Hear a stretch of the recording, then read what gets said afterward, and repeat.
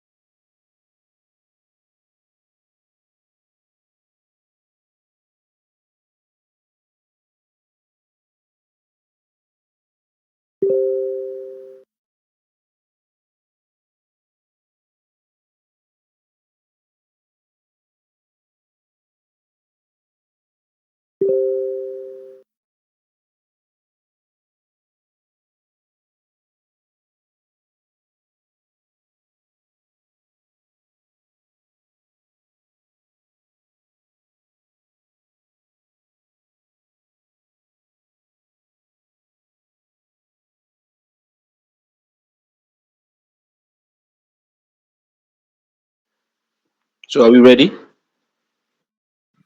Yep. Sure. So I think we should just kick off. I think down the line, others would they would join us, I guess. Then we have an audience listening about Binance Live. So if there's any member of the team who would want to join, I think during the introduction or maybe within the AMA, they can actually join us. So you're welcome once again. I want to use this liberty to welcome you on behalf of the crypto whale community, on this awesome session. Today we're going to be having an AMA with Zetrix, and it promises to be a very good one. And right here we have our guest. I can see Dato as the name. I don't know if that's your main name, but then again, within the introduction, you're going to be introducing yourself to the community. Yeah. So, and also the project itself. So, guys, make sure to go to the community right now, Telegram, Crypto Whale community, and make sure to join Zetrix on Telegram. Follow them on Twitter as well, and do well to check the website. So, we're going to use this opportunity to give the spotlight to our guests to give an introduction of himself and also his experience in the space. Sure. Yeah, first of all, thanks to Tim and Crypto Whale for having us. My name is Faz. Yeah, so it's not that's not actually my first name. So it's Fazli. I go by Faz. And I'm a co-founder of Zetrix. We are a layer one blockchain, and we primarily aim to serve, I think, a gap in the market that has been around for quite a while, but we think the time is right to kind of introduce this. So, Zetrix really started in 2021. And back then, I think after like 2018, we see a huge boom in kind of public chains, especially led by Ethereum, right? And over the years, other ecosystems have grown, but they have been largely like public chains in the sense that it's used by end users and very rarely used by companies or enterprises, and most definitely very, very, extremely rarely comfortable enough for a government to use. But we kind of asked ourselves the question of if there were, I mean, there are a lot of projections out there or forecasts, but within our internal numbers, when we kind of ran the analysis, we think that there's probably north of just about 10 million active holders in crypto across all chains. The question becomes, I think if you go, and that's after, you take into account like double counting of multiple wallets, which I'm sure a lot of our listeners have multiple wallets on chains. So how do you go from 10 million to a billion, right? And we believe it really must be at the point where businesses and governments are able to use blockchains. And over the last decade or so, you've seen businesses, enterprises use private chains, such as Hyperledger, which we think is a necessary step in order for them to become comfortable, in order for them to be able to transform processes within themselves and the organizations to be able to be comfortable with the concept of a decentralized ledger or decentralized database. And when we looked around, there was only really one country which meaningfully had launched any sort of chain on a national level, and that was China. So China launched Singapore, which is their national layer one. On top of Singapore, lots of other blockchains and lots of other blockchain services sit. But China, by and large, is the only country that's been able to launch a chain at a national level. So we started off by securing a partnership with China. And effectively, Zetrix started off as the international gateway to be able to send data in and out of China. This is something that we believe will be true for all countries.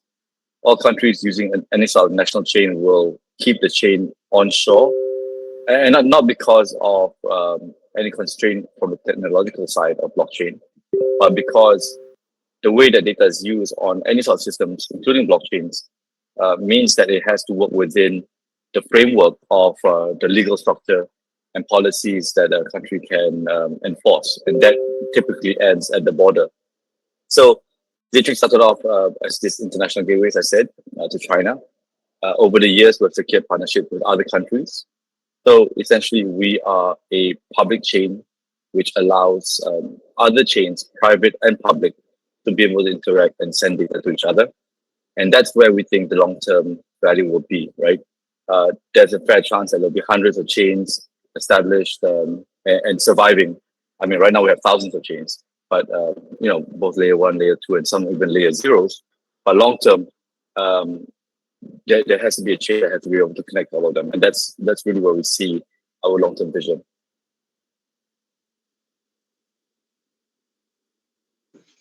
All right, so thank you so much for that. It's nice to know that you actually explained the core objective of the Zetrix new layer one, public blockchain, which I believe would be absolutely of great advantage to those seeking to invest with the project. So moving forward to the next question, how does Zetrix aim to facilitate value transfer across blockchain? Okay, well, we start at looking at value in three forms, right? Number one, on data. Number two, the actual goods or services being transacted. And number three, obviously, the monetary value, right? So we primarily first concentrate on the data layer. And with so the way that we look at it is like how does data travel from one country or one chain to another when the chains have different rules and parameters and specifications. So we work fairly hard on not just bridge connections, but on what we call like cross-chain relay and interchain technologies, so that you can essentially have something from an EVM chain and that translates to something which is a non-EVM. So if you look at like even right now, you have many incidences where things move from EVM to SPL and the data, I wouldn't say becomes corrupted, but the data doesn't become entirely usable because there are different parameters and different requirements, right, across different chains. This is especially true when you go from a private chain to a public chain. So that's where we focus on, and we've been focusing a lot of our effort over the last couple of years. But that brings us to the second part, right, which is how do you then transfer the value uh, from the service that's being trying to be affected from this one transaction. So if you take, for example, one of the things that we concentrate on is import export of goods. So the data right now is being sent not or previously was not sent by blockchain. So we ensure that the data is sent from one country's customs to another country's customs, um, compliant with the data provisions and data requirements of either country when it passes into their environments. But that, we can't end there. So we also build some applications in-house. So Ztrade is really the application layer that facilitates that second part, which is the transfer of value within the service. So the ability for the users on either side to be able to upload and then download and work with the data that's being transferred over. That's the second part that we concentrate on. The third, right now, admittedly, the majority of our transactions, if they require some sort of settlement of real financial value beyond the token, is, so maybe the trade is settled in Chinese yuan or US dollars or even Malaysian ringgit, for example, then that happens off chain right now. And so we build elements which are able to synchronize and record the off chain movement of value to be able to then synchronize that with on chain data. Of course, long term, we believe that there'll be a solution where, it may be CBDCs, it may be stable coins, but basically it'll be a conduit for real world currency value transfer. I think on this end, we as an industry are still very much in the early days, right? You can see, for example, Hong Kong that has opened up recently and become very, very welcoming of stable coins and other conduits of real world or offline fiat currencies. So we think that as that progresses, there's huge opportunities to be able to build some of those as on-chain elements, right? So in short, today we facilitate the data transfer and the services requisition and acquisition, if you will, with on-chain events. But really, any real world payment beyond the tokens are done off-chain. But that's something that we think is developing across the industry, and we're probably all still a few years out before this can become really, really meaningful. I think what's interesting in that space is, you look at the movement for de-dollarization, and the BRICS economy is trying to push settlement for their own currency. So now it becomes a race beyond your typical USDT or USDC. And of course, I think it's worth mentioning that even Tether has built stablecoins for things other than US dollar. But the next few years, I think, will be instrumental in terms of building legitimate and really usable stable coins or CBDCs, especially for other currencies.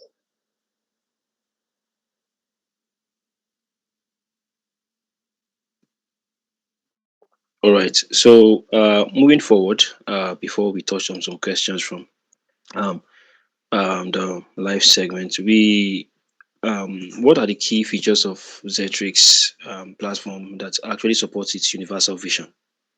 Okay, so our universal vision is to be able to facilitate the sharing and management of data globally, right?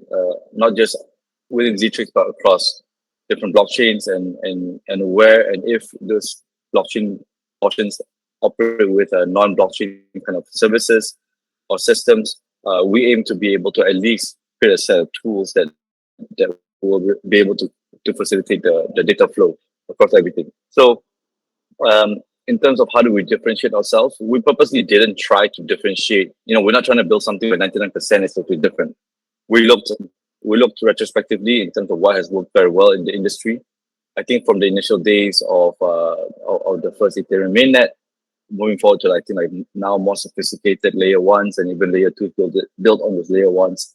Then there are a few things which are quite evident in terms of what a current or current generation blockchain should have. Right, number one, we're all very much aware of the gas fees. So on Zetrix, we adopt a very different, or we wouldn't say different, but like an evolved version of proof of stake. Now, proof of stake is something that you see on Ethereum now. We use what's called delegated proof of stake, which means that the number of nodes that are required to compute the next block to be able to continue growing the blockchain it's not entirely energy energy heavy, right? So essentially, instead of having to have thousands of computers running computations, we use a consensus mechanism which minimizes the amount of energy used. So this has a couple of benefits. Number one, that the amount of electricity used across the entire network is fairly low, right? So every 24 hours, a set of validated nodes are chosen, but all validated nodes are rewarded for the successful completion of the next block. The second one would be that because of this, the gas fees for the end users are extremely low. So depending on when you do it and what the prices of different gas fees on other networks, we could be as much as 17 times cheaper than Ethereum, right? In some cases, even 170 times cheaper than Ethereum in the most extreme days where gas fees kind of balloon in the other networks. But of course, the third benefit to this, beyond these first two, is that we are very, very ESG compliant. And that's, I think, the other thing that we have to be mindful of as an impact of an entire industry. Computing power is fairly expensive, but also resource intensive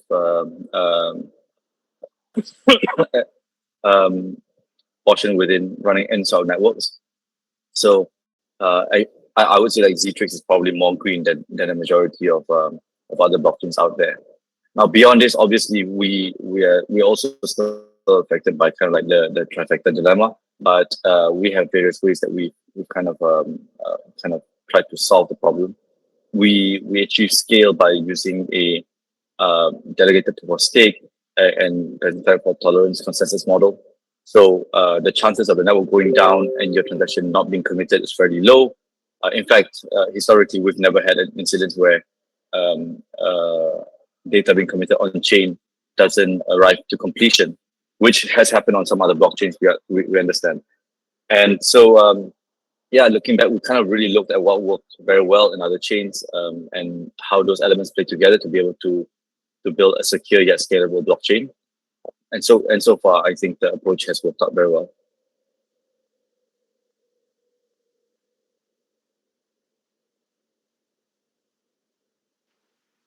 All right. Awesome. We so guys, just in case you just joined in, make sure to join Zetrix on the Telegram, and also please do well to follow them on Twitter. Just in case our questions may not be able to touch on some of the questions from the views of your research, please, you can send your questions to the Telegram community. So now, we have already talked about some of the key features of the Zetrix platform, of course, which is absolutely useful to those who are seeking to utilize the platform for the businesses and invest as well. You already mentioned that you're an importer. You also focus on import and export, so that is quite vital. So can you explain, the significance of Zetrix compliance first approach and also its impact on, public-private cooperation? Sure. So I think the best way for us to kind of like visualize that, right, is if you take, for example, today, if you ignore that Zetrix is around, you have a shipment, and it doesn't even have to be like a big complicated one, but like, just a simple shipment of any goods between the country that you're in to, for example, like, so I'm in Malaysia and then we want to export something to China, right? It requires a lot of things beyond just sending the proof that the items are in the container. The container is going from port A out to the incoming port in China, and then kind of like processing this, because most of these informations are kind of governed by international agreements that the countries have had beyond a free trade agreement. So you can't just send a letter that says, I have a box of, for example, like CPUs, going from Malaysia to China, the value is this, and the tax or excess tax value is that. So please leave this document and process it likewise. So typically the data formats and the kind of data fields have already been prescribed by negotiations between other organizations, typically at a G2G or B2G level. And then, in most countries, in fact, in the majority of countries, you have like data privacy laws that you have to comply with. So these are all things that we take into consideration when building out not just the solution, but also the way that the data represents and actually passes through the Zetrix blockchain. So when you look at that, it's quite difficult for any sort of new chain or public chain to do. It requires quite a lot of work together with people from the legal side, but also from regulators and other stakeholders between the different countries. Now, we always start with the G2G approach, because when you have a certain level of comfort at the G2G level, it makes it exponentially easier for businesses to adopt the solution. So a business can look at that and say, I want to integrate that into my logistics service. But before I do, does it actually comply with the laws of my country? And if the answer is yes, then they have a higher level of assurance or comfort to know that if they integrate it with something else that they already have, even if it's not a blockchain-based service, that they're not going to get into trouble with the law or with regulators. So I think we try to put a lot of emphasis in terms of trying to solve that problem upfront, because we know it's a problem that all businesses will ask about. In short, as a business, you don't want to have to solve more problems than you really have to.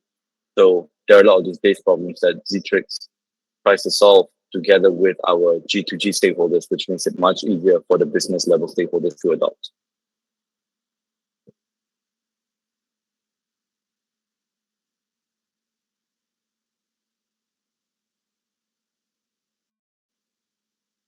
Yeah, I think that should answer the question that you asked, but please let me know. I didn't pick up most definitely. I think extensively as well. You actually did well by answering that question. Talking about the significance of the Zetrix compliance first approach. It's nice that you guys actually have that. To bring some sort of sense into the project and some level of.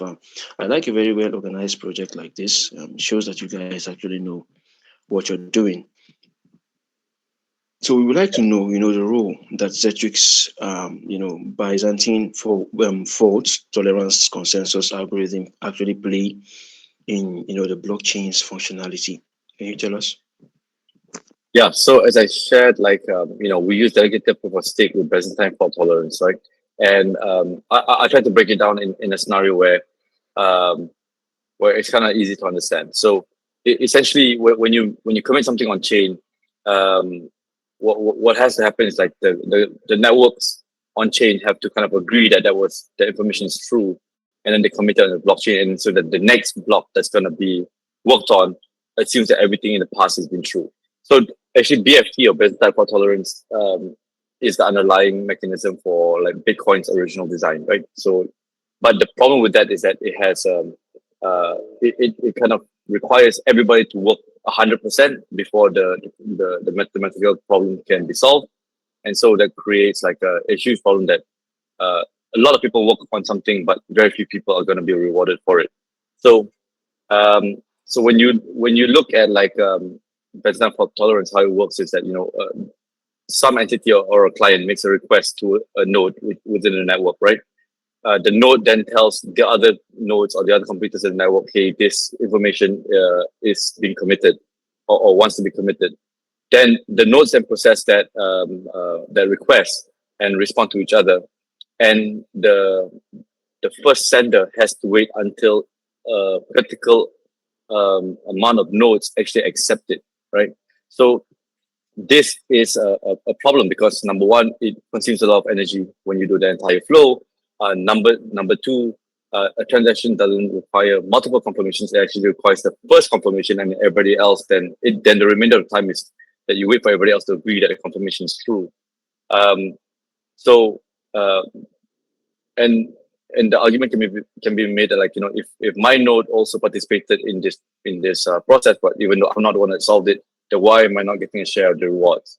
So um, so the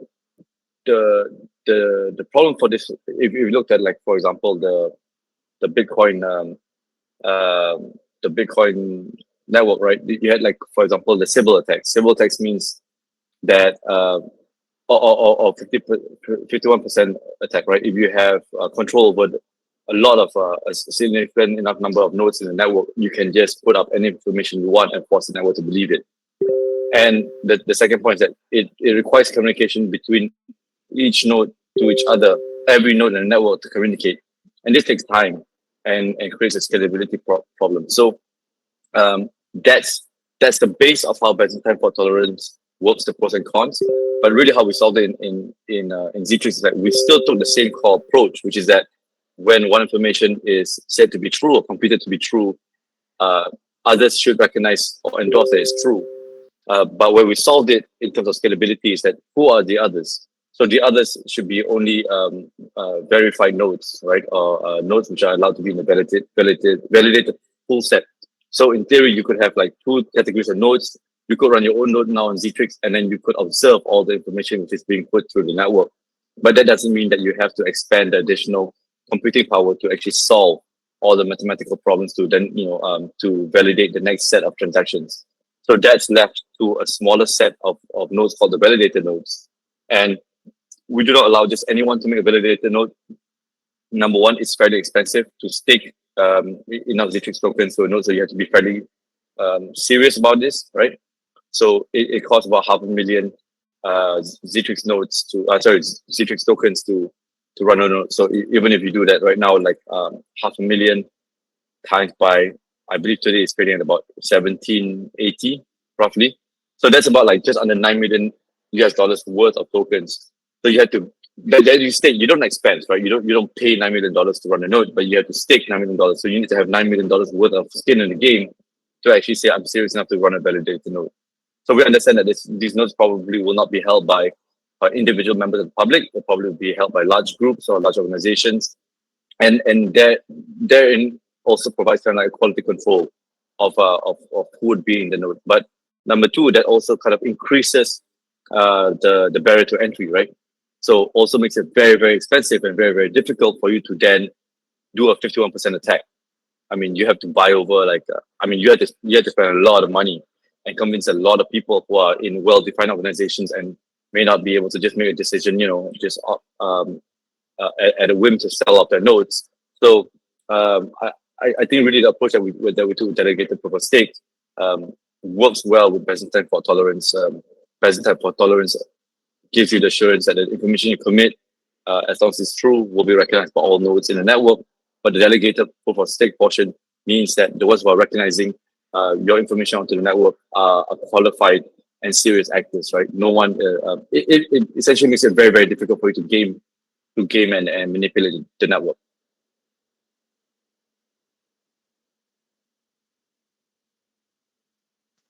All right, so thank you. Moving forward, we are about 26 minutes in. So yeah, it's probably a very good functionary. I'm talking about the consensus algorithm and the function that it plays in the blockchain's functionality.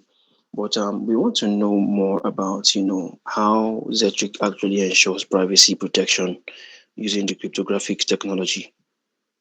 Okay, so I think you're referring to privacy protection of the data, Yeah.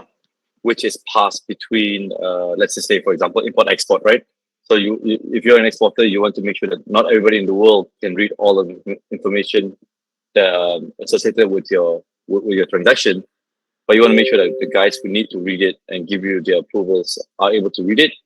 Especially you don't want your competitors to read like how many CPUs they're shipping off tomorrow.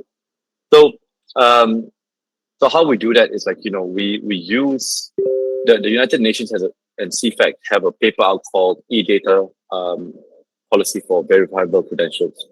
So essentially, we adopt the same methodology, which, I think the core reason that we adopted is because at a G2G level, we don't assume that Zetrix facilitates every single G2G negotiation, right? So we should leverage on international platforms where countries are comfortable to negotiate and agree for standards with each other. So the United Nations standard on e-data verifiable credentials are very, very well established. So essentially, you build a network based on what's known as trust anchors. So you know for sure that a certain wallet or blockchain ID belongs to for example, Customs Office of Malaysia, and another one belongs to the Customs Office of China, right? And so when you export, you generate a verifiable credential which references certain data, which is encrypted, and so you only really allow the digital ID of the customs organizations to decrypt that information. So in short, everybody can see that data is being committed and sent back and forth, but only the ones who have proven identity to be able to decrypt certain information are going to be allowed to do that, right? Obviously, there's some fail-safes here, and all of that. I think it's really outlined in the UN white paper. But essentially, what you do is you start building a web of information where identities of some key anchor actors are established, and you can start attaching information to your own identity, and that identity could be yourself as an individual or the organization that you're attached to as a business, or even the goods which are in the container that's being shipped, right? So you can tag identity to all three layers, like natural people, like actual people, natural persons or legal persons, and also to goods. And when you start doing this, you can see that a lot of data flows around the world, around the network, attached to certain identities, but all of those identities can control who can decrypt information related to them and for what purpose, right? Which I think is a much better solution than what we have today, which is that a lot of information is on hard copy. So the reality is like anybody who has a quick enough access to a photocopy machine at some of these critical points could just have a copy of the information forever, and you would never even know it, right? And unfortunately, some key pieces of information, when you use them together, can create a very substantial security risk. Maybe not to a person. I mean, to a person that's fairly straightforward, like it's your national ID or passport, but to a business, a lot of trade documents. You don't need to have everything, but you can have a substantial amount that can create a big risk to the business. So we believe that this set of standards is usable and practical for today, and that's also how we deploy it on Zetrix. Thank you so much. So Okay. as you've heard, yeah. So as we're moving forward, we are really going to be, we are almost done, with this session.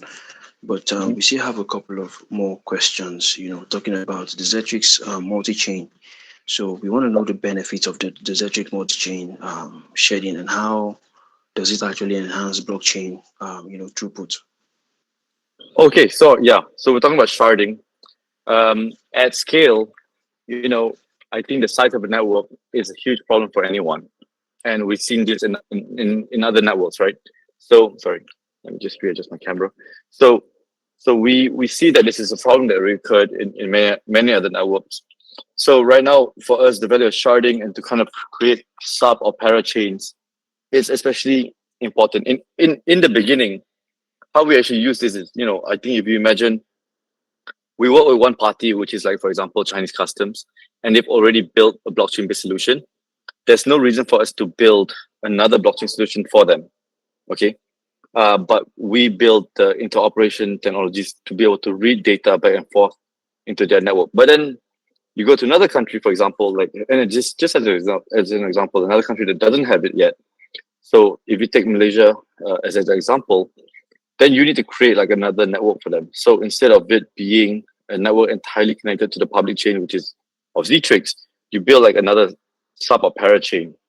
Now, this gives you a couple of benefits, right? Number one, the way that the data flows within this kind of like second chain, even though it's connected to the main chain, can have a different set of rules, which is especially important for businesses and especially governments, right? So they can set whichever rules they want over there, and then they also set rules how data passes from that subchain or parachain to the main chain. So this is not sharding, but I mean, I'm trying to give you like an overview of like how useful this is, or the effect is overall in the ecosystem. So that solves like half the problem, which is the amount of control that certain parties need over the data to be able to be compliant and safe for the rules that they already have to live by. Now, then there can be a second set of considerations, which is that once you have all of these parties sending data across the open public network, how do you ensure that at scale, none of this data is lost or manipulated? I mean, loss is probably the biggest problem, right? That some data is not completely processed, and so you go into the next block with incomplete information. So that's why we employ like sharding, and sharding essentially means that you take the next batch of transactions that has to be processed, and instead of relying on at least one or a few validator nodes to process everything, you break it up into parts, right? So let's just say typically you have like 100 transactions, and that can be reliably done by the existing validated set. Now you have like 10,000 transactions, and so you then break the 10,000 transactions into blocks of, let's just say, 2 or 3,000 transactions, and then those are done in parallel. And then once they're enough of them are completed, then they're merged back and committed to the main chain. Essentially, that solves a different problem, which is over congestion in the network. So sharding, or like base case sharding, really is there to solve over congestion in the network. But a variant of what we consider sharding, which is trying to support side chains or parachains or subchains, that's used in a more persistent way. So because some of our partners are required to have standalone security and data requirements that may not be required across the entire network.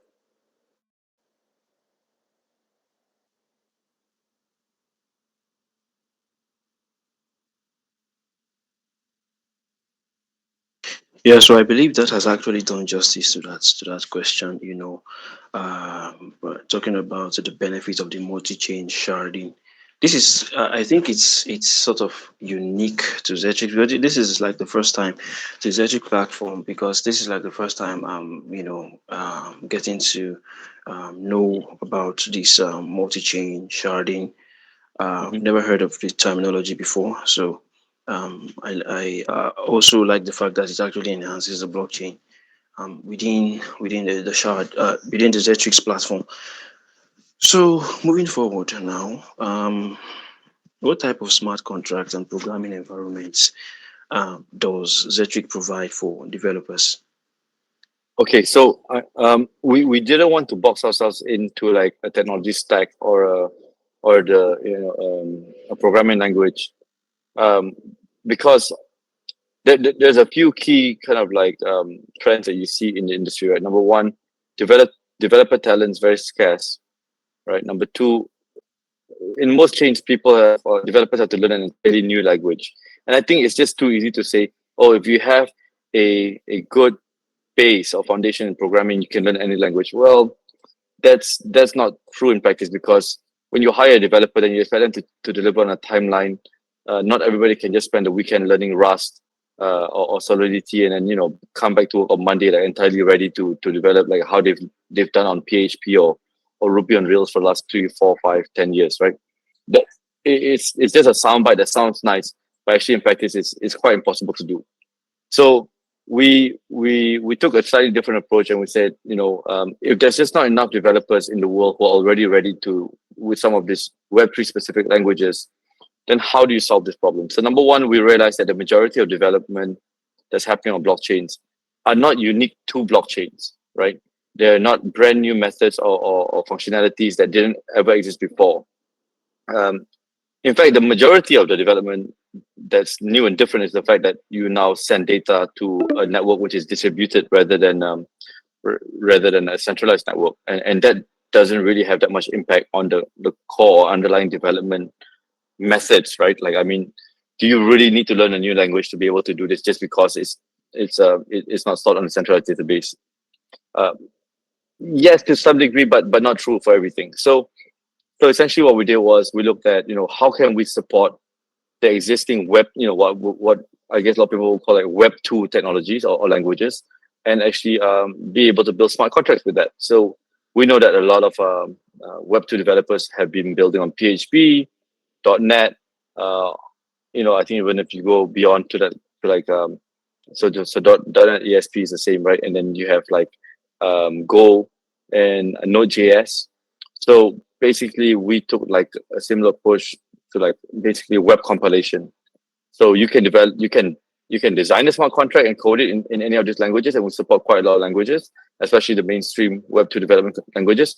And then basically compile that down to a Java-based core that our network can use.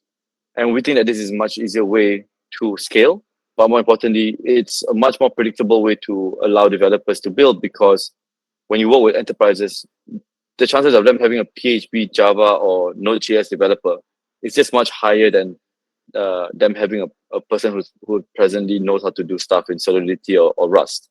So so essentially that's how we do it, right? We use web compiler to kind of just compile down, and this process honestly is like, it's not new. Like, that's essentially how you have a lot of kind of single development platforms right now for iOS and also Android. In the beginning, you'd have to hire two different developers, right? With totally different skill sets and specialities in two different languages. But essentially now we've come a long way, right? I mean, my background was also building like apps, mobile apps. So I can tell you, like, one of the first things that you used to use is something called PhoneGap. And essentially that will try to compile from one language into multiple standards or languages required by both Android and iOS. But now the reverse is also true, right? That you just code it in like just JavaScript, and then that becomes usable not just on iOS, Android, but also on web. Now you only really just work on one environment, and it just compiles itself down. And that's also a direction that we think Web3 compiling and programming is going to go. And so that's why we're confident to kind of take this approach where you don't have to learn a new Web3 language. You just build it. And I can share with you the majority of developers building on Zetrix are building it on Node.js. So you build on that, then you run the script, you run it in a test environment.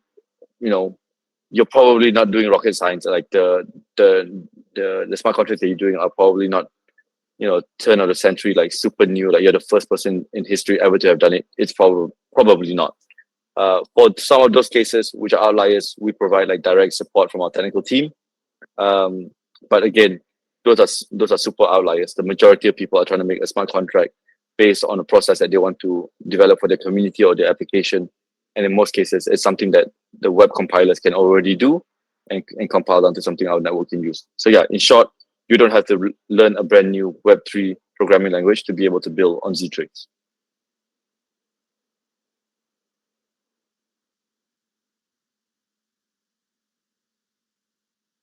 All right. So thank you so much. This is probably the final question from my end. Guys, please, if you have more questions. I was hoping that we're going to have a live segment, but then again, I think that we might not have that because we have about 12 minutes left. So we're going to be asking the last question, guys. If you have any question, you can send your questions to the Telegram. So I believe that they have moderators who would be answering those questions. Moving forward now to the last and final question of this segment. It actually aims to cover the Zetrix approach to cross-chain technology and how it actually differs from other blockchain solutions out there. Okay, so the simple answer to that is that I think we will just work down from the most active networks. So we know that most businesses have probably experimented or built decentralized applications on Hyperledger. And most non-businesses, I guess if you can call them that, applications were or are currently live on Ethereum. We definitely recognize that quite a lot of those are also coming up in Solana. So that's probably something else that we're concentrating a lot of time to try to figure out how to do the cross-chain technologies. But essentially, we start with like the most diverse ecosystems and the biggest ecosystems, and build ways for the I guess you can call it like the items, like whether it's NFTs or kind of like non-fungible kind of things to transfer between our networks. And then number two, to be able to ensure that how smart contracts behave on one network can be translated fully into our network and vice versa. So there's a lot of work that goes into that, right? And we work quite closely with the respective foundations. So for Hyperledger with IBM, for Ethereum with Ethereum Foundation, to try to understand that. And we believe it's complementary because then you can really act, Zetrix can really act something like a layer zero, which that you pass things into Zetrix so you can pass it back out to another network. And so far it's worked out quite well. Admittedly, we concentrate moving down from the most active networks or the most diverse networks down to the use cases that we want, and or the use cases that our users and businesses or business users want. So yeah, that's generally the approach that we take. If anybody's listening and you're working on another network, whether it's layer one, layer two, and you think there's some use case where you can leverage Zetrix, and we can be very helpful for you. Again, like I shared at the top of the hour, the majority of use cases that we have are probably where a business or a government wants to kind of explore using blockchain, right? So this could be anything from kind of like making a digital yuan usable outside China's borders, or facilitating import export information for goods, or even something that we have coming up, which is like like a beauty pageant, like a global beauty pageant, wanting to be able to allow the community to be able to participate, kind of like in a DAO environment, right? So it really varies in terms of the use case, but what we're focused on is trying to work with organizations, both small and large, to be able to leverage blockchain to make a more transparent and a more democratic process, and achieve a fairly high level of automation within their systems. And that's a lot of work, not just on our side, but also on the businesses that we work closely with. All right, all right. So thank you so much. We want to say, on behalf of Crypto Whale, a very big thank you to your team. You guys are absolutely doing a lot, and this is really mind blowing. It shows commitment. It shows a team that is absolutely inspired to bring some solution into the space. And I kind of like projects like this that tend to cover a certain void that is quite needed in the space, and will be very much beneficial to its users. So I want to say a very big thank you to you on behalf of Crypto Whale, and we wish Zetrix the very best, for the coming future. So we are going to be wrapping up right now, and guys listening at Finance Live, in case you have more questions, you can send your questions to your Telegram. I believe that they answer your question quickly within a minute. So thank you guys, and I wish you guys the very best, and have a good day. And I wish you guys, the best for the coming future. We didn't actually talk about, your roadmap, but I think we are going to be having a couple of more AMAs, with you guys probably in the future. So I wish you guys let's do that. best. Yeah. And in the meantime, join our Telegram, and then that's the best way to kind of get active in the conversations. Join our Telegram and reach out to our team. We're more than happy to kind of work with you guys and also your community, to build some amazing stuff moving forward. Thank you so much for having us. All right, have a good day. You too.